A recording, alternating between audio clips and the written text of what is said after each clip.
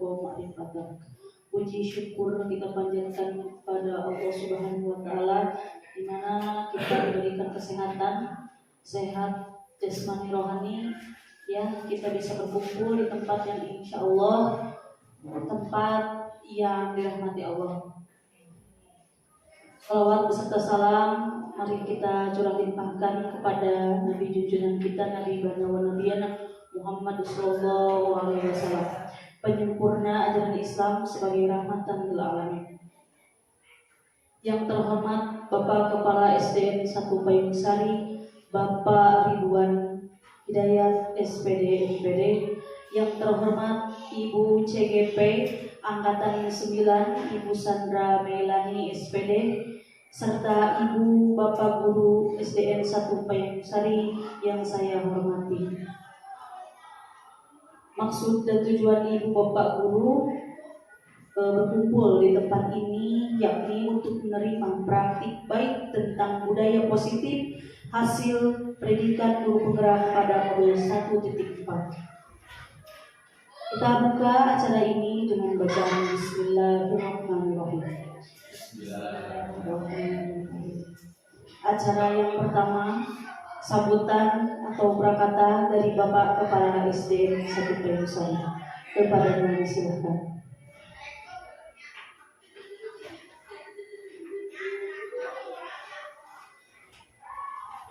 Bismillahirrahmanirrahim. Assalamualaikum warahmatullahi wabarakatuh. Terima kasih kepada pembawa acara yang telah meluangkan waktu bagi saya untuk menyampaikan sepatah dua patah kata mengenai kegiatan yang akan dilaksanakan. Pertama-tama puji dan syukur hadirat Allah Subhanahu wa taala. Alhamdulillah pada hari ini kita dapat berkumpul bersama bertatap muka dalam keadaan sehat walafiat.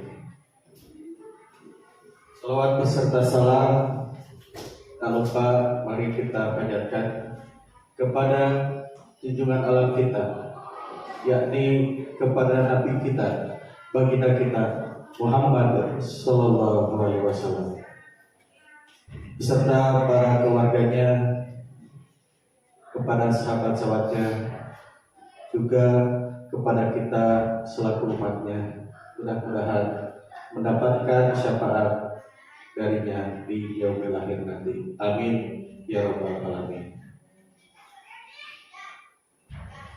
Pertama-tama saya ucapkan terima kasih kepada Bapak dan Ibu guru, seluruh staf pendidik dan tenaga kependidikan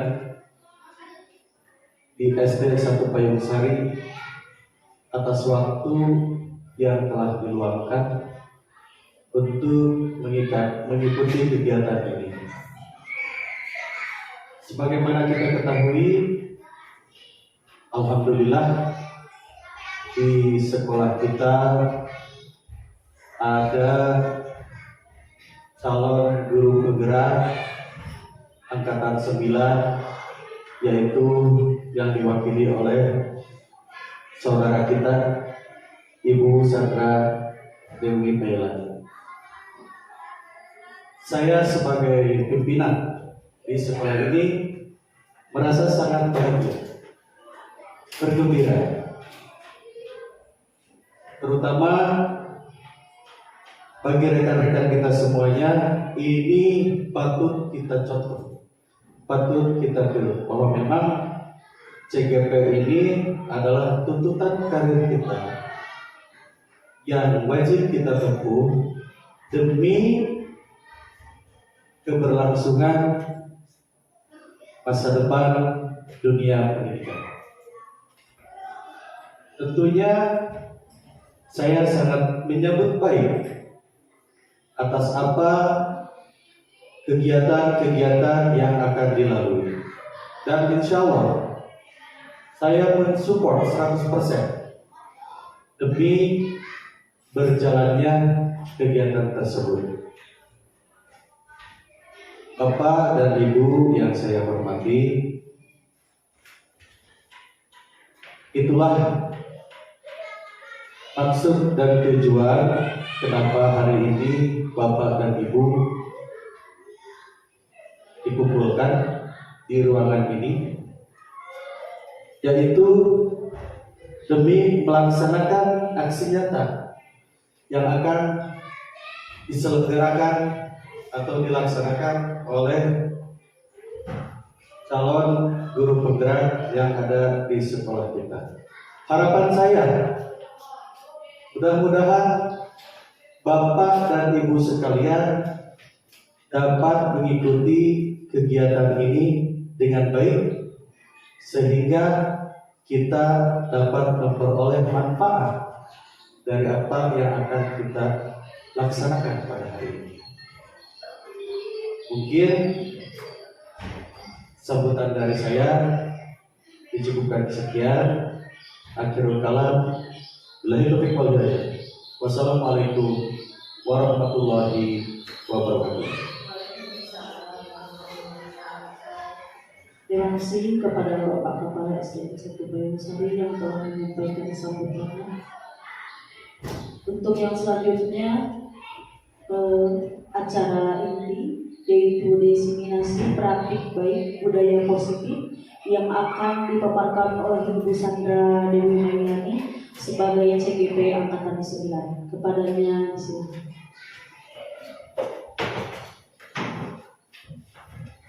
Bismillahirrahmanirrahim. Assalamualaikum warahmatullahi wabarakatuh. Waalaikumsalam warahmatullahi wabarakatuh. Pertama, saya ucapkan terima kasih banyak kepada Bapak Kepala Sekolah yang telah memberikan saya kesempatan untuk bisa berbagi praktik baik mengenai budaya positif yang telah saya pelajari pada program Guru Penggerak modul 1.4. Saya ucapkan juga banyak terima kasih kepada Bapak dan Ibu guru yang telah menyempatkan waktunya untuk bisa mengikuti kegiatan ini. Pada kegiatan hari ini, hal yang akan kita bahas yaitu mengenai budaya positif. Sebelum kita mengetahui apa itu budaya positif, kita harus mengetahui dulu apa itu budaya. Nah, arti budaya ini merupakan kata yang berasal dari bahasa Sanskerta, yaitu budaya, yang merupakan bentuk jamak dari budi, yang memiliki arti budi atau akal, sedangkan dalam bahasa Inggris budaya dikenal dengan culture, yang berasal dari bahasa Latin color, yang memiliki arti mengolah atau mengerjakan. Nah, dari pemaparan kata-kata budaya di atas, budaya itu merupakan pola atau cara hidup yang terus berkembang oleh sekelompok orang dan diturunkan dari generasi ke generasi selanjutnya. Jadi budaya itu akan selalu diturunkan dari satu generasi ke generasi yang berikutnya, sehingga budaya tidak akan dilupakan oleh generasi yang akan datang. Kemudian setelah kita mengetahui apa itu arti budaya, kita beranjak pada pengertian budaya positif. Apa itu budaya positif? Nah, budaya positif ini biasanya diterapkan di sekolah. Budaya positif di sekolah ini merupakan nilai-nilai, keyakinan-keyakinan, dan kebiasaan-kebiasaan di sekolah yang tentu saja berpihak pada murid. Mengapa berpihak kepada murid? Karena kita ini sebagai guru tugasnya bukan menuntun anak, akan tetapi menuntun anak agar mencapai kodratnya sesuai dengan bakat dan minatnya masing-masing, sehingga mereka itu dapat berkembang menjadi pribadi yang kritis, penuh hormat, dan memiliki rasa tanggung jawab. Konsep inti dari budaya positif yang akan kita bahas ada 8 inti budaya positif. Yang pertama, perubahan paradigma belajar. Nanti kita akan mengetahui seperti apa paradigma perubahan belajar zaman sekarang. Yang kedua, disiplin positif. Yang ketiga, nilai-nilai kebajikan. Yang keempat, motivasi perilaku manusia. Yang kelima, kebutuhan dasar manusia. Yang keenam, posisi kontrol guru. Yang ketujuh, keyakinan kelas. Dan yang kedelapan, segitiga restitusi. Yang pertama, pembelajaran dengan paradigma baru. Seperti apakah ini? Pembelajaran dengan paradigma baru ini merupakan pembelajaran yang dirancang berdasarkan prinsip pembelajaran berdiferensiasi. Apakah Ibu Bapak pernah mendengar pembelajaran berdiferensiasi? Saya ingin bertanya dulu ya Ibu, apa itu pembelajaran diferensiasi? Silakan Ibu. Sedikit yang saya ketahui, kalau tidak salah pembelajaran berdiferensiasi itu pembelajaran yang berpusat pada murid. Arahannya Bu. Ya, betul sekali bahwa pembelajaran berdiferensiasi ini adalah pembelajaran yang berpihak pada murid. Jadi pembelajarannya disesuaikan dengan kebutuhan masing-masing anak. Sehingga peserta didik belajar sesuai dengan kebutuhannya berdasarkan tahap perkembangan sesuai dengan teori psikologi modern untuk mewujudkan profil pelajar Pancasila. Apa itu Ibu Bapak profil pelajar Pancasila? Pernah mendengar? Pasti pernah mendengar ya, karena kita itu sudah menjalankan kurikulum merdeka. Kalau sudah menjalankan kurikulum merdeka berarti kita harus mengetahui apa itu profil pelajar Pancasila. Apakah ada yang bisa memberikan masukan? Apa itu profil pelajar Pancasila? Silakan Ibu Bapak. Ada Ibu? Silakan Pak Icuk. Barangkali mau memberikan masukannya? Mungkin seperti ini Bu, profil pelajar Pancasila itu memiliki tujuan bahwa pelajar itu memiliki jiwa yang Pancasilais dengan menerapkan seperti yang sekarang diterapkan di setiap instansi itu profil pelajar Pancasila. Jadi kesimpulannya bahwa dengan profil pelajar Pancasila itu menjadikan siswa atau siswi menjadi individu yang Pancasilais. Mungkin seperti itu pemahaman saya. Mohon pencerahan. Ya, betul sekali bahwa profil pelajar Pancasila itu merupakan karakter dan kompetensi yang diharapkan dicapai oleh peserta didik berdasarkan nilai-nilai luhur yang terdapat pada Pancasila. Apa saja profil pelajar Pancasila? Kita dapat melihat. Nah, di sini kita dapat melihat bahwa profil pelajar Pancasila itu ada 6 elemen atau ada 6 dimensi. Yang pertama, beriman dan bertakwa terhadap Tuhan Yang Maha Esa dan berakhlak mulia. Tentu saja hal yang diharapkan oleh kita sebagai guru bahwa peserta didik itu harus memiliki keimanan dan ketakwaan kepada Tuhan Yang Maha Esa serta memiliki akhlak yang mulia.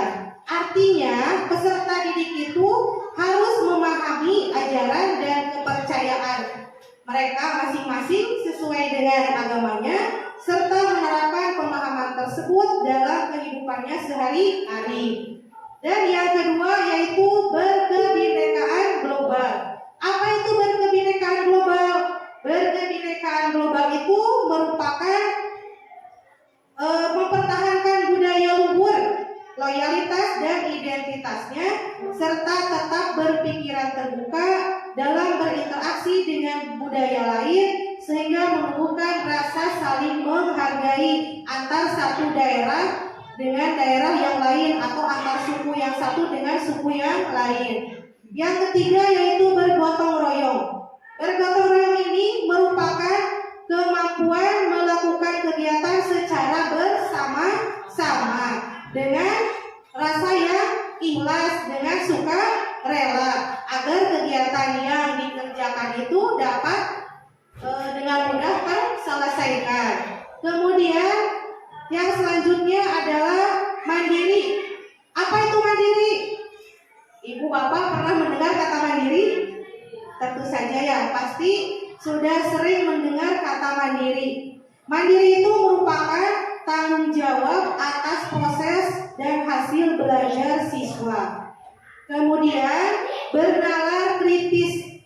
Bernalar kritis ini merupakan kemampuan peserta didik secara objektif dalam memproses informasi baik kuantitatif maupun kualitatif dengan membangun keterkaitan antara berbagai informasi dengan cara menganalisisnya dan mengevaluasi serta menyimpulkan hasil dari informasi-informasi yang didapatkan oleh peserta didik. Dan yang terakhir adalah kreatif. Kreatif ini merupakan salah satu kompetensi yang harus dimiliki oleh peserta didik, terutama peserta didik yang mencerminkan profil pelajar Pancasila. Karena kreatif ini merupakan salah satu kemampuan siswa untuk menghasilkan karya-karya hasil mereka sendiri yang bermakna, bermanfaat, dan berdampak positif baik bagi diri mereka sendiri maupun bagi orang lain. Karena mungkin profil pelajar Pancasila banyak ya Bu, untuk dapat menghafalnya dengan mudah kita bernyanyi bersama-sama. Ini ya Bu ya. Pelajar Pancasila beriman dan bertakwa pada Tuhan yang Esa dan berakhlak mulia, berkebinekaan global, gotong royong mandiri, kreatif dan bernalar kritis. Silakan 1, 2, 3. Pelajar Pancasila beriman dan bertakwa pada Tuhan yang Esa dan berakhlak mulia, berkebinekaan global, gotong royong mandiri, kreatif dan bernalar kritis. Tepuk tangan untuk kita semua. Terima kasih Bu Bapak, mudah-mudahan dengan adanya lagu profil pelajar Pancasila ini kita bisa lebih mengetahui apa saja itu elemen-elemen yang terdapat pada profil pelajar Pancasila, dan mudah-mudahan kita bisa menerapkannya dalam proses pembelajaran di sekolah. Kemudian miskonsepsi tentang teori kontrol, bahwa kita itu sebagai guru memiliki kontrol terhadap murid, akan tetapi ada beberapa hal yang perlu kita luruskan, bahwa tidak semuanya posisi kontrol yang dimiliki guru itu berdampak positif pada murid. Ya Ibu Bapak, yang pertama kita harus menghilangkan bahwa ilusi guru mengontrol murid. Kontrol itu tidak ada pada guru, akan tetapi ada pada murid itu sendiri. Mengapa? Karena mereka memiliki hak untuk berkembang sesuai dengan apa yang mereka inginkan, tidak bisa dipaksa oleh kita. Kemudian ilusi bahwa semua penguatan positif efektif dan bermanfaat. Tidak semua penguatan positif itu bisa bermanfaat bagi siswa, karena penguatan-penguatan positif atau bujukan-bujukan positif yang kita berikan kepada siswa itu akan memberikan ketergantungan kepada mereka. Misalnya apabila kita melakukan suatu kegiatan supaya anak tersebut bisa melakukan hal apa yang kita inginkan, kita akan memberikan sebuah penghargaan. Nah, penghargaan itu tidak memberikan dampak positif, akan tetapi akan menimbulkan suatu ketergantungan. Anak tersebut tidak akan melakukan apa yang seharusnya dilakukan ketika mereka tidak mendapatkan penghargaan dari kita sebagai guru. Kemudian ilusi bahwa kritik dan membuat rasa bersalah mampu menguatkan karakter. Nah, di sini tentu saja kritik yang kita berikan ini kritik yang bisa membangun motivasi mereka untuk bisa menjadi diri mereka yang lebih baik lagi. Kemudian pembuat rasa bersalah juga tidak bisa menguatkan karakter. Mengapa? Karena pemberian rasa bersalah malah akan menjadikan anak itu menjadi down atau kehilangan percaya diri. Sehingga ilusi kritik dan membuat rasa bersalah itu harus kita luruskan. Kemudian ilusi bahwa orang dewasa berhak memaksa. Di sini kita guru, posisi kita yaitu sebagai orang dewasa mungkin ya di sekolah tidak berhak untuk memaksa siswa karena pemaksaan itu sangat menyakitkan. Ya Bu ya, kalau dipaksa sakit tidak? Banyak. Maka dari itu kita tidak boleh memaksa. Pada siapa? Pada peserta didik.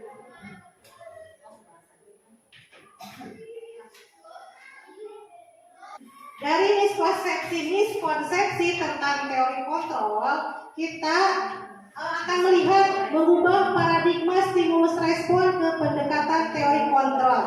Betul tidak Ibu saya menulisnya kontrol ya Bu? Ya. Bukan yang lain ya? Ya. Alat salah membaca. Mau senawai aja.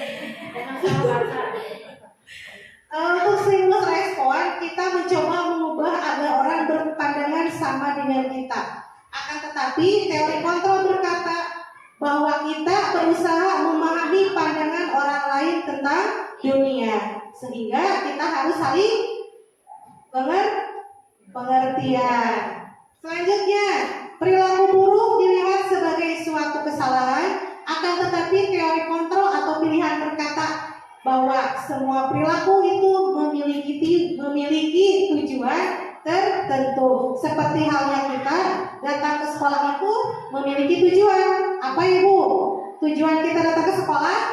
Ya, untuk apa Bu? Apakah untuk mengajar saja? Tidak. Jadi untuk apa tuh Bu? Untuk mendewasakan anak. Ya, untuk mendewasakan anak. Kemudian Bu, mentransfer ilmu. Jadi Ibu Bapak di sini sudah mengetahui tugas kita masih sebagai seorang pendidik. Kemudian stimulus respon yang selanjutnya, orang lain bisa mengontrol saya. Sedangkan teori kontrol atau pilihan menyatakan hanya diri kita sendiri yang mengontrol diri kita pribadi. Terus stimulus respon yang selanjutnya, pemaksaan ada pada saat bujukan gagal.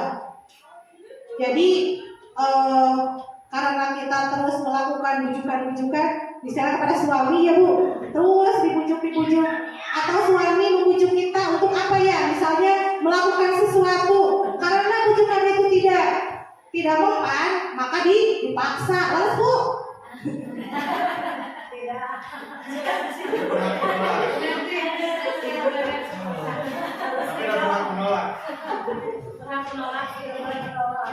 Sama seperti yang kita lakukan kepada peserta didik. Jika kita terus memberikan bujukan-bujukan dan bujukan itu tidak berjalan, maka kita melakukan paksaan agar siswa itu melakukan apa yang kita inginkan. Akan tetapi pada teori kontrol atau pilihan, kolaborasi dan konsensus menciptakan pilihan-pilihan baru. Jadi tidak ada paksaan, akan tetapi berkolaborasi untuk menciptakan pilihan-pilihan baru yang dapat diambil dalam menyelesaikan suatu permasalahan. Nah, kita beranjak pada disiplin positif. Disiplin positif ini dalam budaya kita telah berubah menjadi sesuatu yang dilakukan kepada seseorang untuk mendapatkan kepatuhan atau agar seseorang itu patuh atau taat dalam mentaati peraturan-peraturan yang berlaku. Kita juga cenderung menghubungkan kata disiplin dengan ketidaknyamanan. Mengapa dihubungkan dengan ketidaknyamanan? Karena perilaku disiplin yang kita lakukan itu terpaku pada peraturan-peraturan sehingga menimbulkan pemaksaannya, menimbulkan rasa keterpaksaan pada diri kita untuk melakukan peraturan tersebut. Maka dari itu sebagai pendidik kita Tujuan kita menuntun murid untuk memiliki disiplin diri sehingga mereka bisa berperilaku yang mengacu pada nilai-nilai kebajikan universal dan memiliki motivasi intrinsik dan bukan ekstrinsik. Artinya disiplin yang mereka lakukan itu berasal dari keyakinan mereka sendiri dan bukan dari adanya dorongan dari pihak yang lain. Sehingga disiplin positif ini merupakan pendekatan disiplin diri yang memampukan seseorang untuk mengontrol perilakunya dalam kesadaran dan bertanggung jawab atas tindakannya sebagai wujud menghormati diri sendiri dan orang lain. Jadi disiplin ini datangnya dari dalam diri kita sendiri, sehingga apa yang dilakukan itu atas kesadaran sendiri dan bertanggung jawab atas apa yang telah dilakukan. Nilai-nilai kebajikan ini merupakan nilai yang disepakati bersama, lepas dari suku, agama, bahasa maupun latar belakangnya. Nilai-nilai kebajikan ini dapat kita lihat dari profil pelajar Pancasila yang meliputi beriman dan bertakwa kepada Tuhan Yang Maha Esa, berakhlak mulia, berkebinekaan global, gotong royong, mandiri, kreatif, dan juga bernalar kritis. Nilai-nilai kebajikan ini juga terdapat pada IBO Primary Years Program atau PYP yang meliputi ada rasa toleransi, rasa hormat, integritas, menghargai, mandiri, antusias, empati, keingintahuan, kreativitas, kerjasama, percaya diri, dan komitmen. Nilai-nilai kebajikan juga terdapat pada keterampilan hidup atau life skill yang meliputi dapat percaya, lurus hati, pendekar yang aktif, artinya bahwa kita itu tidak bisa berpangku tangan dalam hidup, akan tetapi harus terus berusaha untuk mencapai tujuan apa yang kita harapkan. Kemudian tidak merendahkan orang lain dan memberikan yang terbaik dari diri kita, sehingga kita bisa memberikan manfaat kepada orang lain. Merinjak kepada 5 kebutuhan dasar manusia, seperti halnya orang dewasa, siswa juga atau peserta didik memiliki kebutuhan dasar. Kembali lagi ya Bapak, kebutuhan dasar manusia ini merupakan unsur yang dibutuhkan oleh manusia, dan apabila kebutuhan dasar ini tidak terpenuhi maka akan berakibat pada kegiatan kita sehari-hari. Nah, 5 kebutuhan dasar manusia ini yang pertama adalah kebutuhan untuk bertahan hidup. Betul tidak Bu? Ya. Betul ya. Mengapa betul? Mengapa sih? Karena kalau tidak bertahan hidup mati. Jadi 5 kebutuhan dasar manusia itu yang pertama adalah kebutuhan untuk bertahan hidup, yang meliputi ada sandang, pangan, dan papan. Nah, jika ketiga hal tersebut tidak terpenuhi, tentu saja akan mengganggu aktivitas kita sebagai manusia. Kemudian cinta dan kasih sayang, misalnya rasa diterima dan dipedulikan oleh siapa? Kalau peserta didik tentu saja oleh guru. Kalau kita dari siapa Ibu? Dari suami ya. Iya betul, dari suami. Kalau kita tidak mendapatkan cinta dan kasih sayang, maka mencari kasih sayang yang lain. Betul ya Pak? Jangan ya Bu ya. Jangan. Kembali lagi ya Bu, bahwa cinta dan kasih sayang di sini adalah cinta dan kasih sayang kita kepada murid. Apabila murid tidak diberikan cinta dan kasih sayang oleh kita, maka murid tersebut akan melakukan sesuatu yang mencuri perhatian kita, misalnya bersikap agresif di kelas atau mengganggu kepada teman yang lain. Betul? Kemudian 5 kebutuhan dasar manusia yang ketiga adalah penguasaan. Penguasaan ini meliputi kebutuhan pengakuan atas kemampuan. Apakah kita pernah melihat anak yang pendiam di kelas? Ya, sering ya Bu ya. Mengapa pendiam?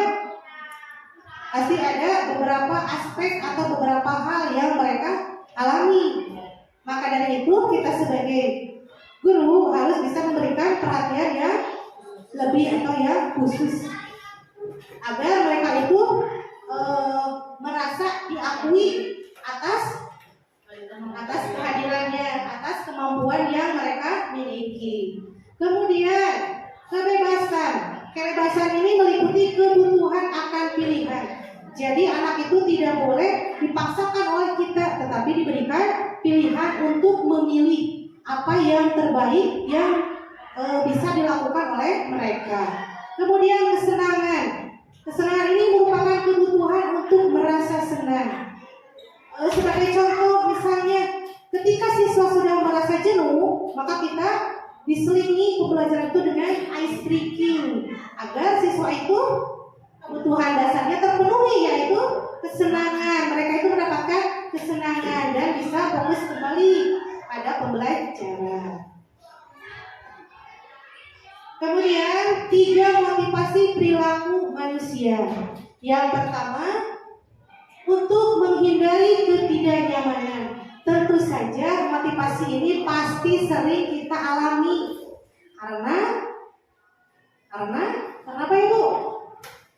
Karena kita ini selalu ingin ada pada posisi yang nyaman, tidak mau keluar dari zona nyaman, sehingga kita itu menghindari ketidaknyamanan. Tidak boleh ya Bu, kita itu harus keluar dari zona nyaman agar potensi atau kompetensi atau kemampuan yang ada pada diri kita itu bisa berkembang. Tidak boleh berdiam diri.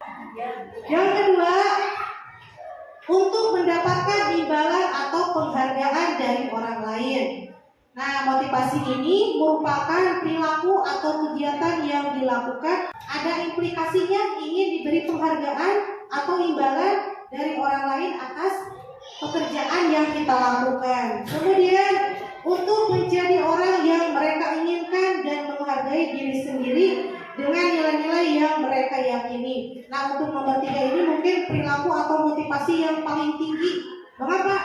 Karena sudah tumbuh dalam dirinya untuk menjadi yang mereka inginkan, tidak ada paksaan dari orang lain, dan sudah bisa mengambil nilai-nilai apa yang bisa dilakukan dan nilai-nilai mana yang tidak bisa dilakukan, dan menghargai diri sendiri dengan nilai-nilai yang mereka yakini. Tentu saja karena apabila dikerjakan dengan tidak adanya nilai-nilai yang diyakini, maka apa yang dilakukannya tidak akan sesuai.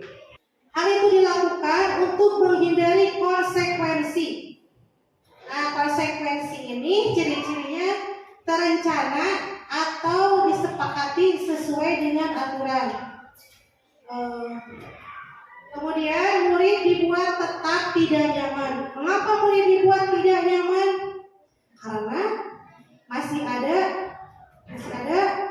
ciri-ciri hukuman, akan tetapi bersifat halus. Kemudian sikap guru selalu memonitor murid. Jadi guru itu tidak menuntun tetapi hanya memonitor saja. Dan yang ketiga, perilaku manusia. Motivasi perilaku manusia itu yang tadi. Nah, untuk menjadi orang yang mereka inginkan dan menghargai diri sendiri dengan nilai-nilai yang mereka yakini ini, dapat kita tempuh dengan menggunakan restitusi. Ciri-ciri dari restitusi ini proses menciptakan kondisi bagi murid untuk memperbaiki kesalahan.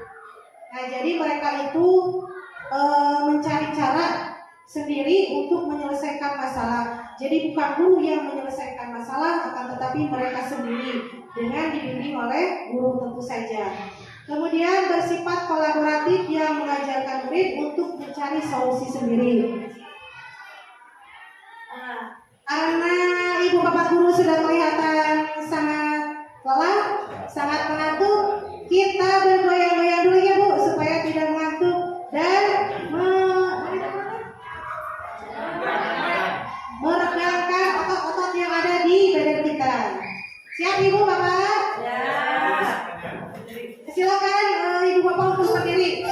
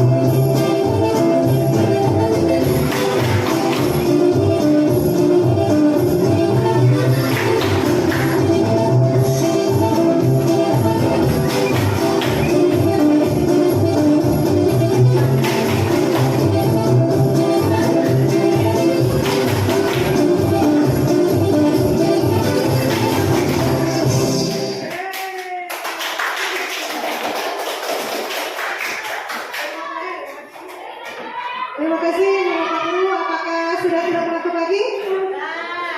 Alhamdulillah tidak ya, tetapi kelihatan capek. Silakan untuk mencicipi hidangan yang ada ala kadarnya Ibu Bapak. Contoh penerapan 5 posisi kontrol guru dalam kasus siswa tidak memakai atribut lengkap saat upacara yang dilaksanakan pada hari Senin. Yang pertama adalah posisi kontrol guru sebagai penghukum.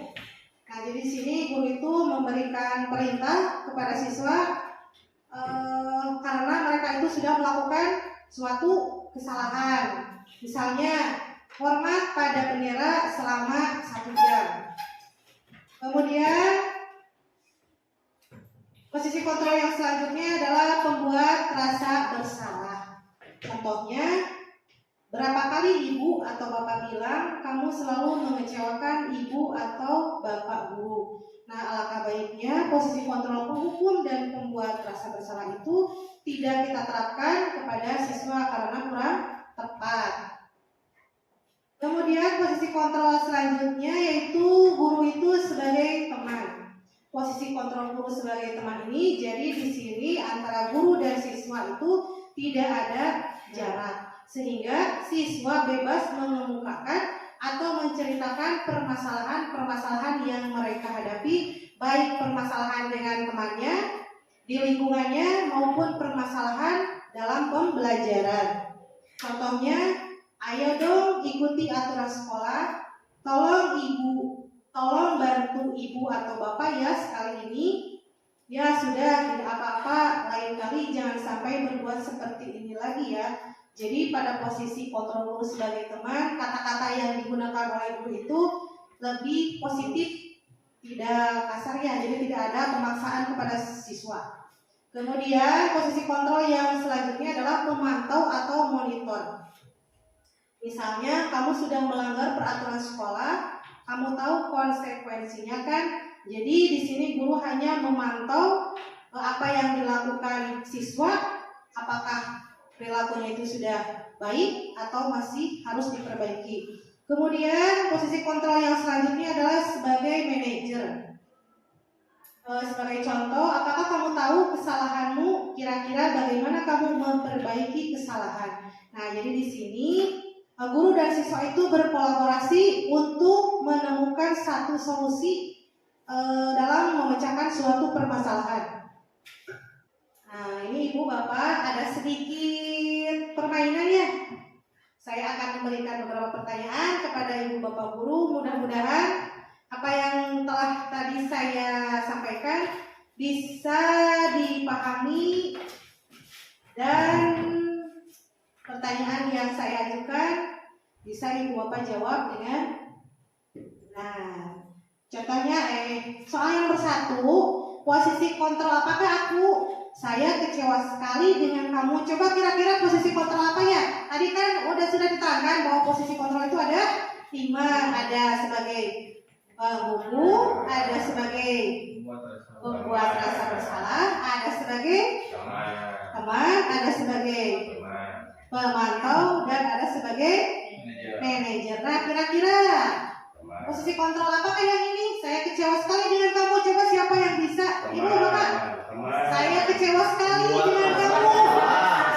Ya, silakan Ibu Widya.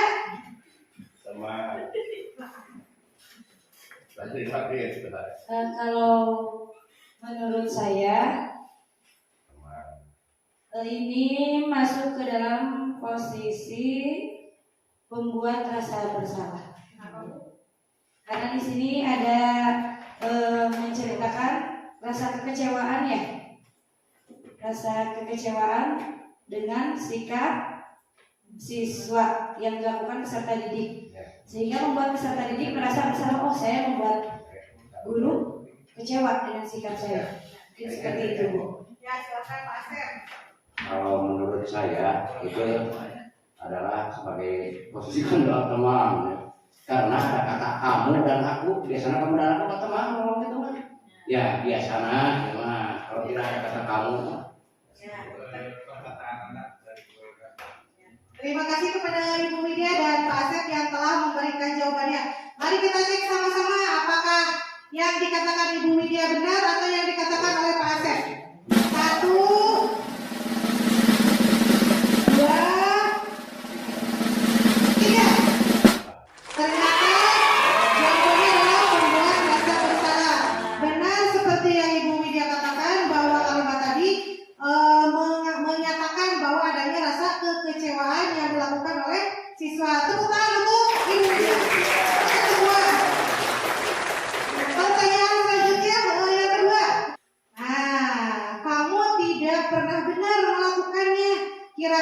posisi kontrol. Apakah aku? Coba Ibu Bapak siapa yang mau menjawab?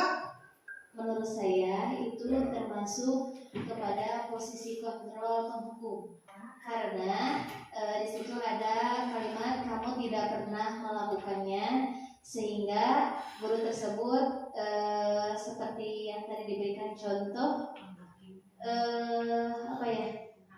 menghakimi seorang murid. Sudah cukup? Mari kita lihat jawabannya. 1, 2, 3.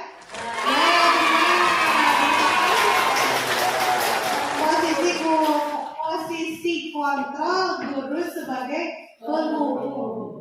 Karena tadi sudah menjas anak bahwa anak itu bersalah, sehingga guru itu memberikan hukuman kepada siswa. Untuk pertanyaan selanjutnya, apa rencanamu untuk menyelesaikan permasalahan ini? Coba kalau yang ini posisi kontrol, apakah aku? Silakan Ibu guru kelas 3. Kalau menurut saya ini termasuk posisi kontrol manajer, karena siswa itu harus memperbaiki permasalahannya sendiri dan membuat perencanaan apa yang harusnya atau apa yang seharusnya siswa itu lakukan yang baik. Begitu menurut saya. Lihat jawabannya. 1, siap? 2, 3. Ya. Ada pertanyaan lagi? Satu lagi kalau tidak salah. Nah, ayolah lakukan demi ibu bapak ya. Nah, kalau ini posisi kontrol apa ya? Silakan ibu. Ada yang mau menjawab?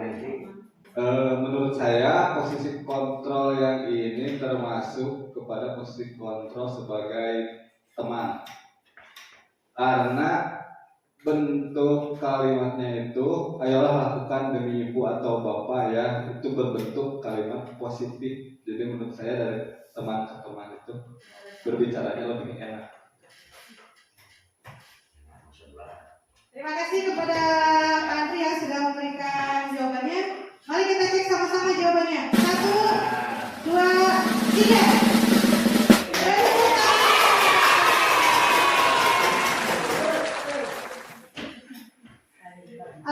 Sepertinya sudah habis pertanyaannya. Terima kasih kepada Bapak Ibu guru yang sudah menjawab beberapa pertanyaan dari saya. Alhamdulillah terjawab semuanya dengan benar. Kalau begitu saya anggap Ibu Bapak Guru sudah mengerti atas paparan yang sudah saya sampaikan. Dan mudah-mudahan yang kelima posisi kontrol kita itu sebagai guru bisa menerapkannya secara bijak kepada siswa. Keyakinan kelas, hukuman, dan penghargaan.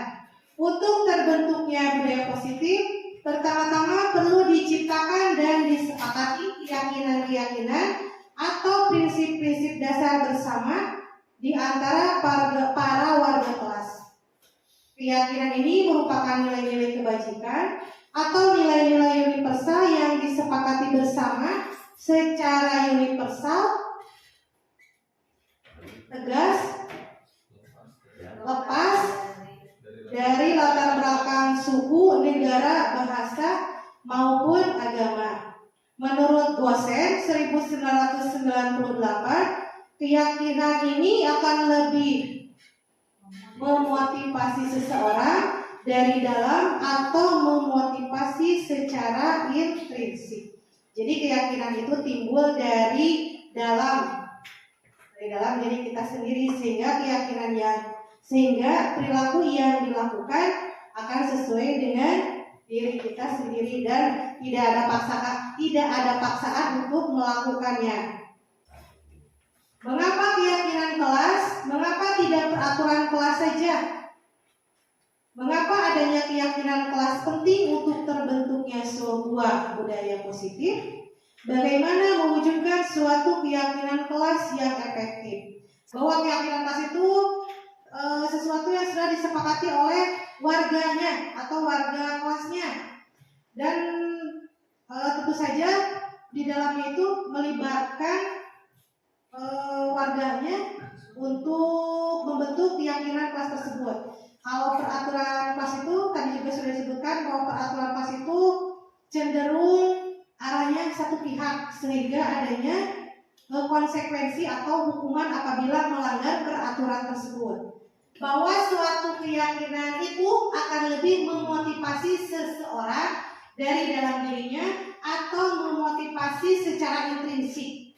Seseorang itu akan lebih tergerak dan bersemangat untuk menjalankan keyakinannya daripada hanya mengikuti sekedar rangkaian peraturan.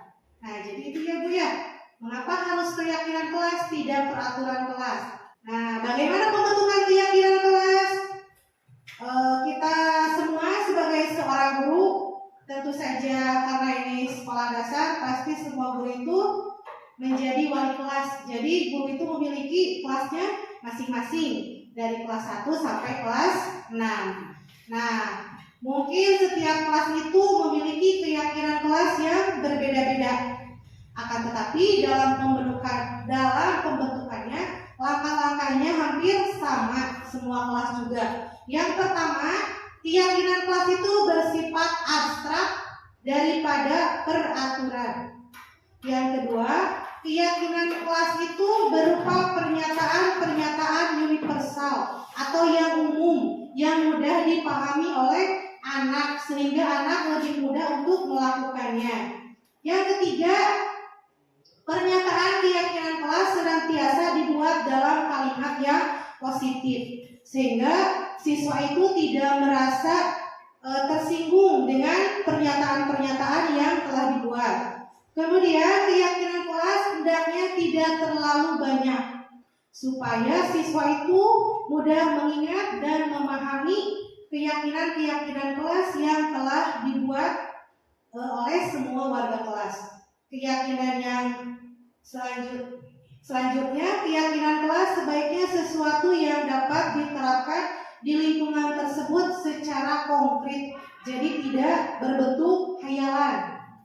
Kemudian semua warga kelas hendaknya ikut berkontribusi dalam pembuatan keyakinan kelas lewat kegiatan curah pendapat.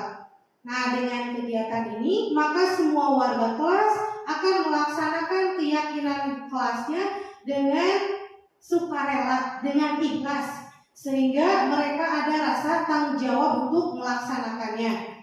Dan yang terakhir, meninjau kembali keyakinan kelas dari waktu ke waktu. Mengapa hal ini dilakukan? Karena keyakinan kelas ini bersifat fleksibel. Jadi bisa menyesuaikan apabila kira-kira sudah tercapai kesepakatan kelas di poin ke-1 atau ke-2 bisa diganti dengan keyakinan kelas, pernyataan keyakinan kelas yang lain. Materi yang selanjutnya itu segitiga restitusi. Segitiga restitusi ini mungkin merupakan suatu hal yang baru bagi saya. Mungkin bagi Bapak Ibu guru juga merupakan suatu hal yang baru karena mungkin baru mendengar ya Ibu Bapak.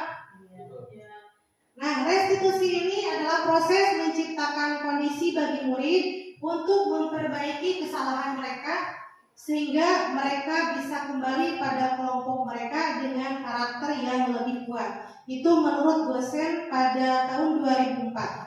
Restitusi ini juga membantu murid lebih memiliki tujuan, disiplin positif dan memulihkan dirinya setelah berbuat salah, serta membentuk menjadi orang yang menghargai nilai-nilai kebajikan yang mereka yakini. Kita sudah membahas tadi mengenai nilai-nilai kebajikan. Nah, nilai-nilai kebajikan ini kalau di sekolah itu tercover dalam profil pelajar Pancasila yang meliputi beriman dan bertakwa kepada Tuhan Yang Maha Esa, berakhlak mulia, berkebinekaan global, mandiri, kreatif, dan bernalar kritis. Coba Ibu Bapak sepertinya mengaku. Bagaimana kalau kita menyanyi lagi profil pelajar Pancasila? 1, 2, 3. Pelajar Pancasila beriman dan bertakwa pada Tuhan Yang Esa dan berakhlak mulia, berkebinekaan global,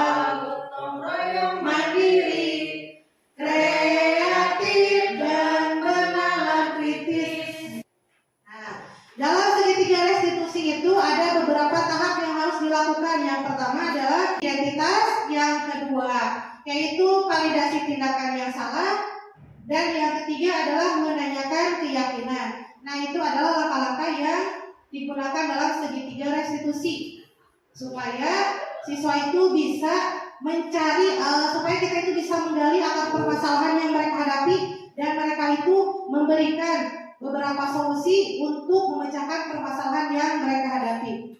Terima kasih kepada Ibu Bapak Guru yang telah memberikan kesempatan yang sangat istimewa kepada saya untuk bisa mendiseminasikan praktik baik budaya positif pada modul 1.4.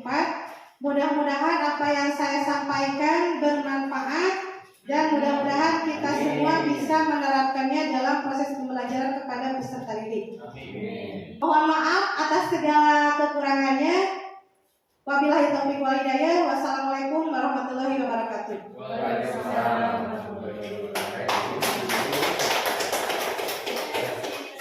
Alhamdulillah pemaparan dari Ibu Sandra sangat bermanfaat ya, terutama bagi kita sebagai tenaga pendidik.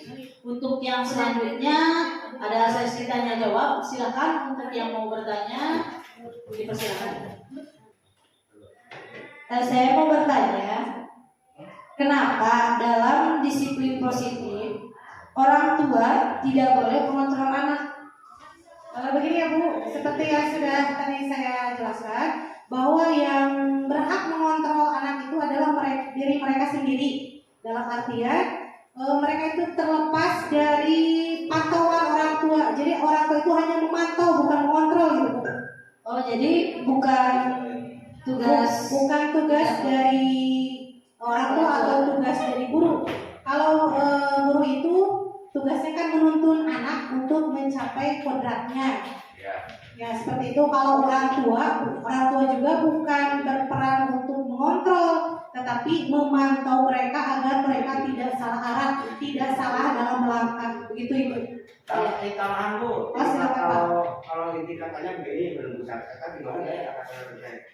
Jadi tanya dirimu sebelum bertanya kepada orang lain, kalau salah tinggal tanya dirimu sebelum orang lain. tanya dirimu. Itu mah Bapak merefleksi diri sendiri. Kalau itu mah ya bukan atau enggak. Berbeda Pak antara merefleksi dengan mengontrol. Kalau mengontrol itu menahan. Bagaimana cara kita untuk menahan diri kita agar tidak melakukan sesuatu yang salah. Kalau merefleksi itu bagaimana cara kita memperbaiki kesalahan-kesalahan yang telah kita perbuat untuk memperbaiki diri kita ke depannya agar lebih baik. Begitu Bapak mungkin? Iya, seperti itu. Cukup Bapak? Ibu apakah cukup? Sudah jelas? Ya, sudah dimengerti Bu. Terima kasih. Terima kasih Ibu yang sudah memberikan pertanyaannya. Sudah? Kalau sudah berarti Ibu dan Bapak Ibu sudah mengerti ya? Terima kasih banyak sudah menyimak dengan sungguh-sungguh. Alhamdulillahirrahmanirrahim. Acara dari awal sampai akhir sudah kita laksanakan dengan lancar. Dan sedikit saya simpulkan mungkin ya, kesimpulan untuk yang tadi dari pertanyaan kemudian jawaban dan dari awal sampai akhir. Mungkin dalam penerapan program disiplin positif, hendaknya guru memiliki standar kepribadian profesional dan sosial yang baik, di mana guru mampu merefleksi dirinya dalam posisi kontrol saat ini. Bagaimana perjalanan dirinya sebagai among atau manajer yang menuntun murid-muridnya menjadi insan yang mandiri, merdeka, dan bertanggung jawab. Terima kasih kepada Bapak Kepala Sekolah, terima kasih juga kepada Ibu Sandra selaku CGP Angkatan 9. Mudah-mudahan ilmu yang kita dapatkan sekarang bisa kita aplikasikan ya, dan Ibu Sandra juga bisa lulus dalam proses PGP-nya dan menjadi guru penggerak Angkatan 9. Akhirul kalam, sikum mitaqullah, Allahul muwaffiq ila aqwamit thoriq. Assalamualaikum warahmatullahi wabarakatuh. Waalaikumsalam warahmatullahi wabarakatuh.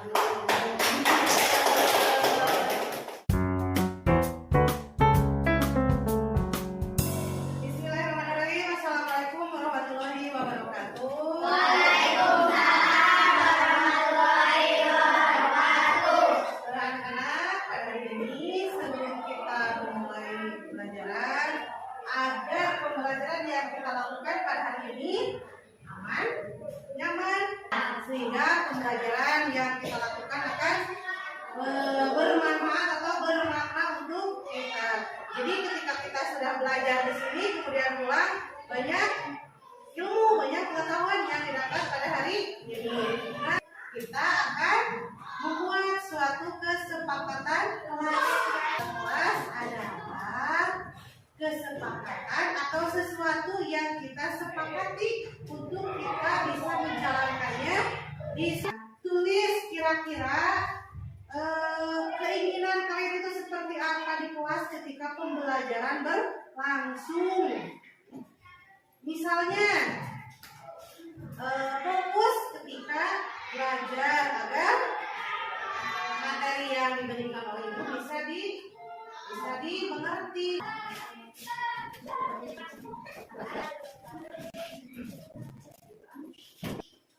Nanti kalau setelah diri ditempelkan di sini bisa jadi ini papan.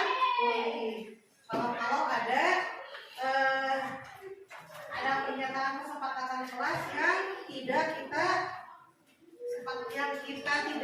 mengerti atau kita tidak diterima oleh diri kita, nanti kita dibetulkan secara bersama-sama. Silakan baca di papan tulis dulu. Lanjut.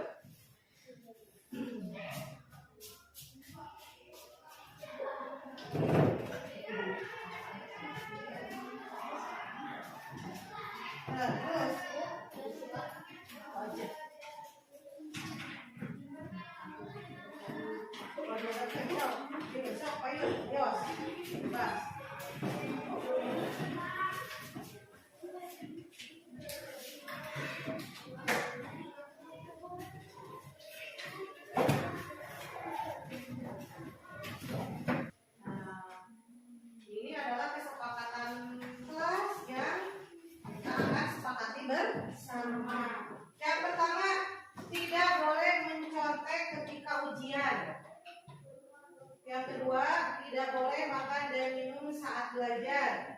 Tidak boleh berbicara saat guru menerangkan. Tidak boleh mengobrol ketika belajar, seharusnya memperhatikan guru.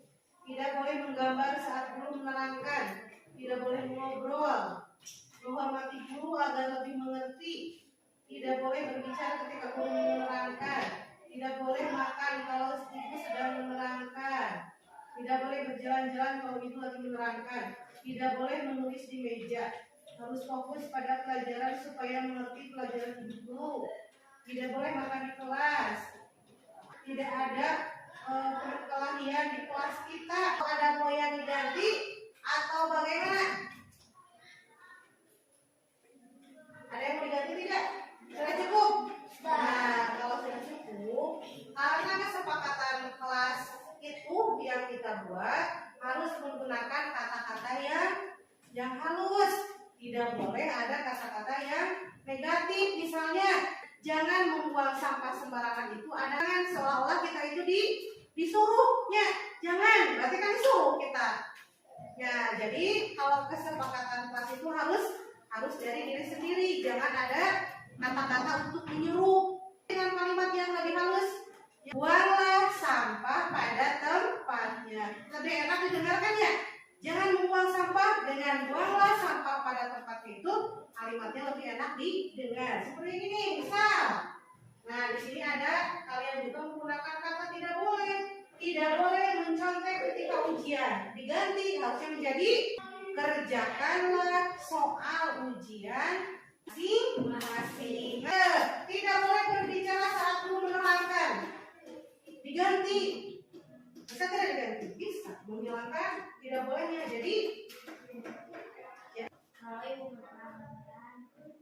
Jika guru menerangkan, perhatikan dengan baik. Tidak boleh menggambar saat guru menerangkan. Diganti. Jadi guru menerangkan, catatlah hal-hal yang penting. Lanjut. Menghormati guru atau lebih buruk ya kalau yang ini. Tidak boleh berbicara ketika guru menerangkan. Diganti, tidak bolehnya. Jadi jika ibu sedang ibu sedang menerangkan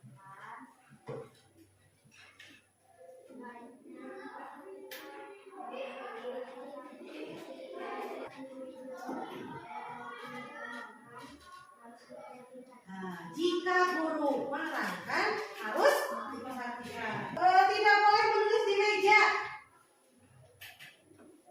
Diganti. Kalimatnya harus rawatlah meja seperti memelihara barang milik kita sendiri atau rawatlah meja. Kemudian tidak boleh makan di kelas. Makanlah ketika jam. Terus tidak ada perkelahian di kelas kita. Saling hormat menghormati dengan sesama. Tidak boleh berjalan-jalan kalau ibu lagi menerangkan. Diganti tidak? Mau diganti, mau dihilangkan, mau diperbaiki atau bagaimana ini? Tidak boleh berjalan-jalan ketika ibu lagi menerangkan. Diperbaiki. Duduklah dengan rapi ketika boleh mengobrol.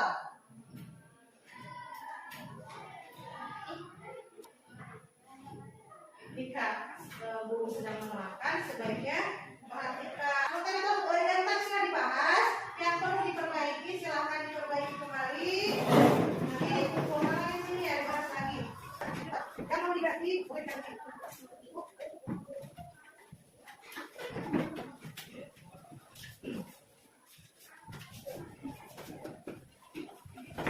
Silakan yang sudah untuk menempelkan kembali di depan.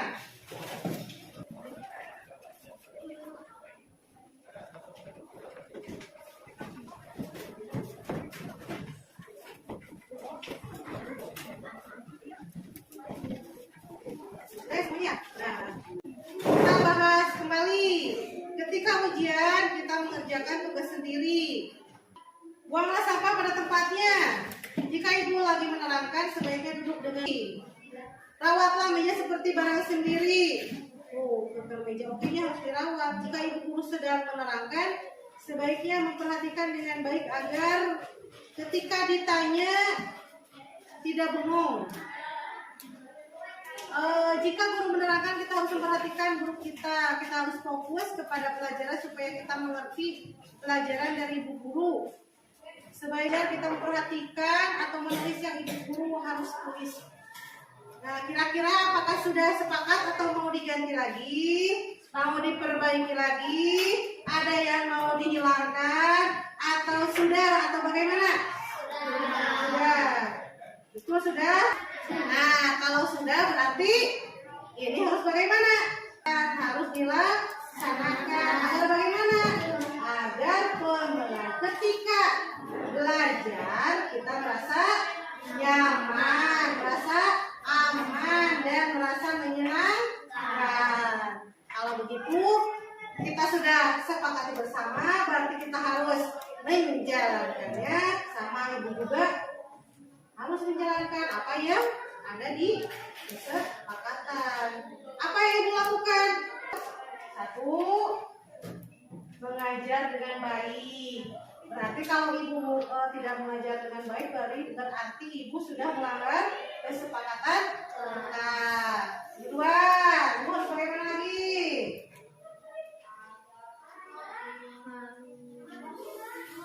Misal memberikan tugas jangan banyak-banyak. Ini kalau tugas banyak ibu. Nanti ibu harus memberikan tugas yang selayaknya. Ketiga apa lagi? Bagaimana yang ketiga? Memberikan nil atau memberi satu. Ibu mengajar kelas gara-gara alasan tidak jelas, misalnya tidak mengajar karena ngobrol di kantor, tidak boleh ya. Harus bagaimana ibunya? Itu bu, itu kata anggap susulan. Nah, sudah sepakat ya ini ya. Kalian juga melaksanakan kesepakatan kelas yang sudah kalian tulis tadi di sini, sudah kita diskusikan, sudah kita perbaiki. Maka dari itu laksanakan ya. Baik, ini juga tadi ada 3-nya. Yang 3 ini juga itu harus dilaksanakan. Kalau tidak, ibu sudah melanggar. Kalau yang melanggar itu terima kasih karena sudah membuat kesepakatan kelas sebelum memulai pembelajaran. Kalau begitu silakan buka buku pelajarannya.